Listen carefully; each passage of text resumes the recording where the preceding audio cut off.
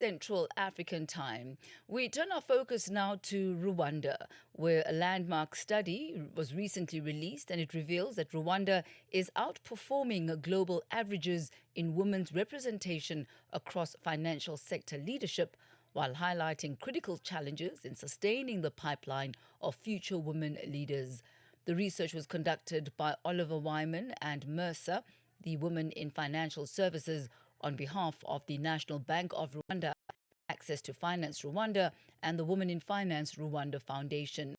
The Rwanda 2025 study is the first study of its kind in Africa and draws on data from more than 50 financial institutions and insights from over 1,500 professionals across Rwanda's banking, insurance, pensions, investment managers, and fintech sectors. For more on the study, we're joined this evening by Sandra Villars, financial services partner at Oliver Wyman. A very good evening to you, Sandra. Welcome to Africa in Business. Thanks, Tammy. Good evening to you as well. So, could we perhaps start off with an understanding about the research that you conducted in Rwanda's financial sector? Could you tell us more about that and why it was important for you to conduct the study in the first place?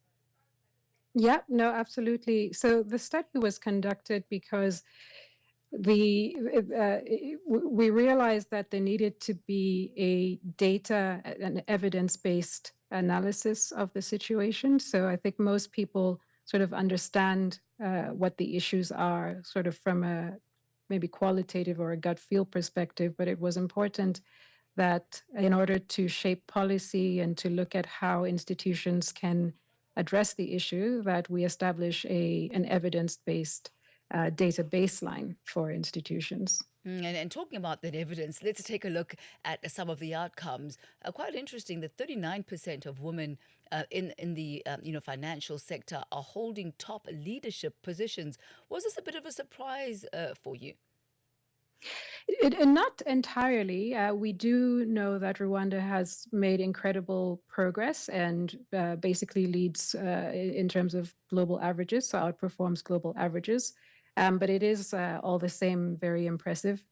But it is one of the key findings that at the senior exco, at the CEO and board levels, you see 39% of positions being held by women. And on the exco, I think it's about 35%. So that certainly outperforms global averages, which are in the single digits to sort of the 20s typically. And which are the other outcomes that you deem mentionable? So one of the most important findings was understanding what's happening to women in the entry stages of their career. So what we found was that of people exiting at the entry level or the non-managerial level of their career, 64% are women. So even though you have 56%, so more than half of women, more than half of employees being women at that level, they are disproportionately likely to leave at the entry stages, and you see that effect then compounding later on in careers and leading to a constrained pipeline into leadership.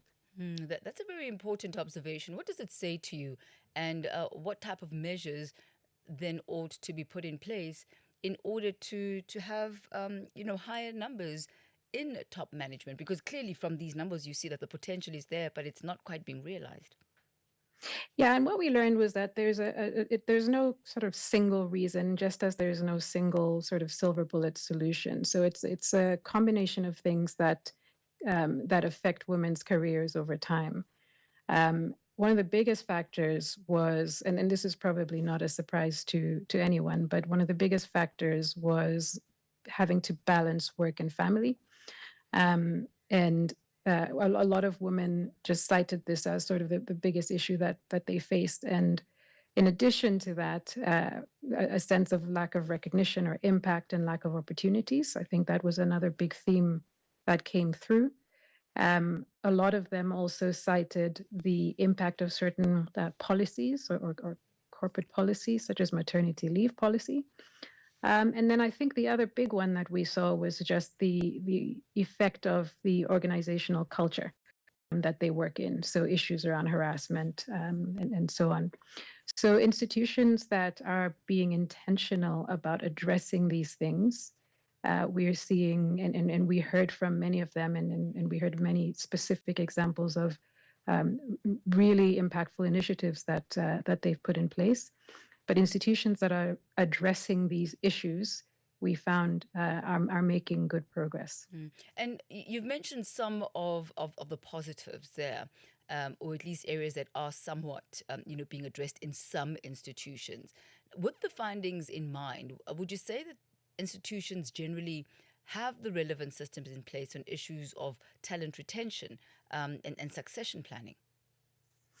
I wouldn't say across the board. I think there's a lot of work still to be done. I think one of the issues that we noted also, one of the other important findings was the fact that women are significantly underrepresented in technical roles and in commercial and revenue generating roles.